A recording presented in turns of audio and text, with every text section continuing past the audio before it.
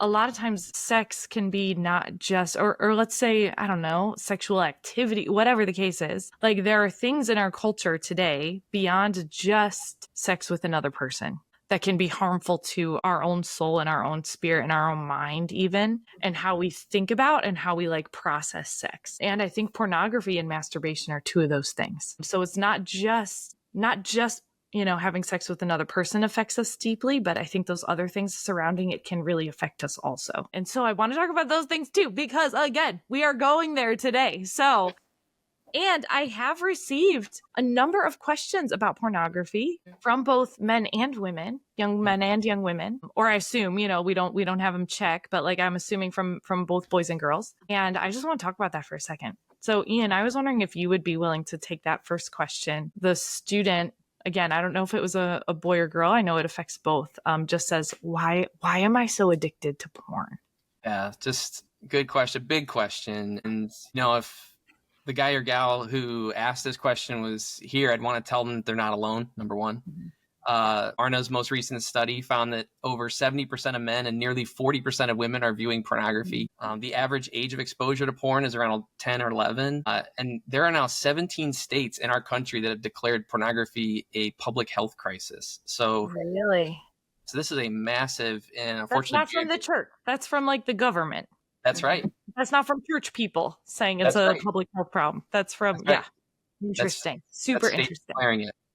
Yeah. And so, and I also, this is a big part of my story as well. I first saw porn at the age of 10 and led to an addiction for many years in my life. So I've certainly asked this question before. It's kind of feels like a crippling question if you're in the throes of it. And so you can kind of hear in the question, like, why am I so addicted to pornography? Like you can hear the sense of that being trapped and feeling like maybe you're walking around with a lot of shame. And I think the shame trap is worse than the actual porn problem itself, to be honest, because it deeply impacts how we see ourselves. Like we start to say, I am a porn addict, or I can't break free of this. I'll never change, or this is just how it is for me. Like these are the kind of trapped in shame statements we make that really start to, for a lot of us, probably for most of us, make us move away from people and isolate more and more.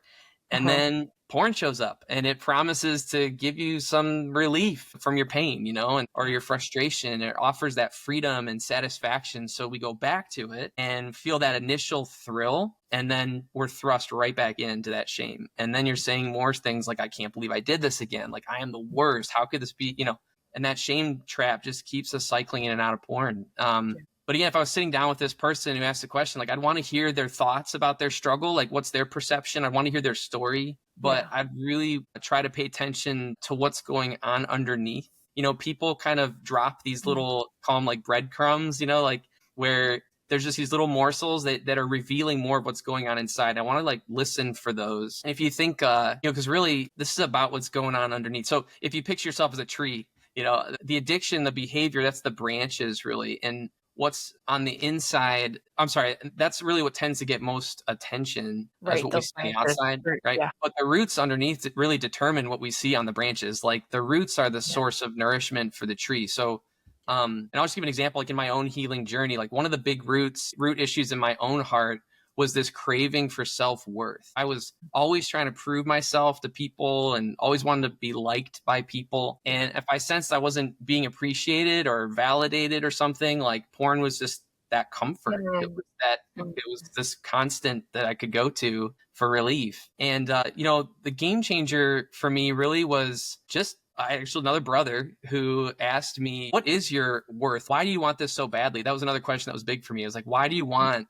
people to just flock to you, and when you don't get that, this is your response. Those are the kind of the deeper heart issue questions. And I think what it was revealing in me was that self-worth kind of prize that I wanted was really rooted in just like, I just adored myself. I thought so much of and I want everyone else. I want you to just think so much of me. And so it was just perpetuating this thing. But when I started to answer that question with like, what does God say is true about my value and my worth? And like letting him start to define that for me, I think that was some good healing, and like, and still, and I'll tell you, for someone who's so heavily entrenched in pornography, I mean, this is a journey. It's an understatement. This is it's a long process, messy, tough, honest, raw journey, that you have to kind of get real with what's going on underneath. But again, once you pay attention to those roots, identify them, and really try and answer them with kind of the Lord's perspective on them, if that makes sense. Like, my worth is portrayed in Jesus coming out of glory and giving his whole life and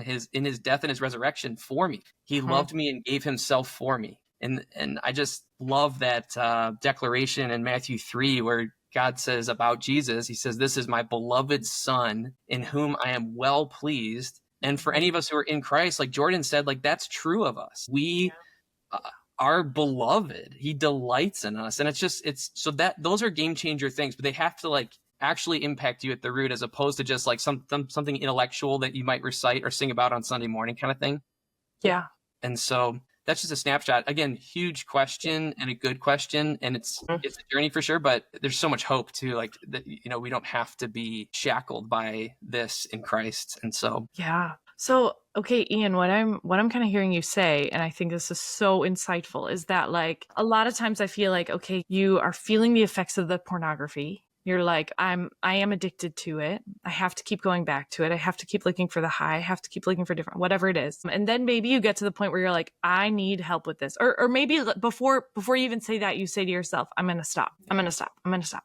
I'm not going to tell anyone. I'm just going to stop. And because of the addiction piece in there too, and if we just try to do it in our own strength, like that probably is not going to work. Maybe sometimes it does, but probably not. Ian, what do you think? Yeah, absolutely. I mean, the way I describe it is the more I tried to like work on it, it was like, those things, the Chinese finger traps that you would put on your fingers, and the more you pull, the tighter it grips around your fingers. It's so annoying. That's what I felt like my Christian life was like for a long time. It was like, the more I fought and the more I tried, I set these goals and I had these accountability partners, I had all the things. And that's why it gets you more frustrated, because you're like, and then I still stumble and fall into it. And it's like, man, I'm doing all the things. So I mentioned the roots, but I think one of the things that began to happen, and this is to God's glory, when it would happen, what I used to be grieved about was what it did to me and the consequences I would suffer. What I started to be grieved about was how it impacted the Lord. That sense of like, I'm disrupting this beautiful relationship and fellowship that I get to have with him. And it hurts my heart that he's burdened and hurt by what I'm doing. And so that was another game changer, because I think so much of this has to do with, it's not behavior management. We cannot do the Chinese finger. That's what I was going to say. That's what I was going to say. I'm like, because what I hear you saying too is like, okay, you probably need people surrounding you to help like spur you on, get out of that shame. So to be able to talk about it with somebody is really important. And probably if that other person is wise, they might say, hey, let's put some stuff on your phone to help protect you, to make it a little harder. But it's not going to stop you if you're smart and you're addicted. You know what I mean? Like there'll still be other ways to do it. But like, okay, let's put this on your phone. Let's put this on your computer. Let's try to like take care of some of those things. And we would agree that those are like good things, right? Absolutely. Like, yes, we should do those things.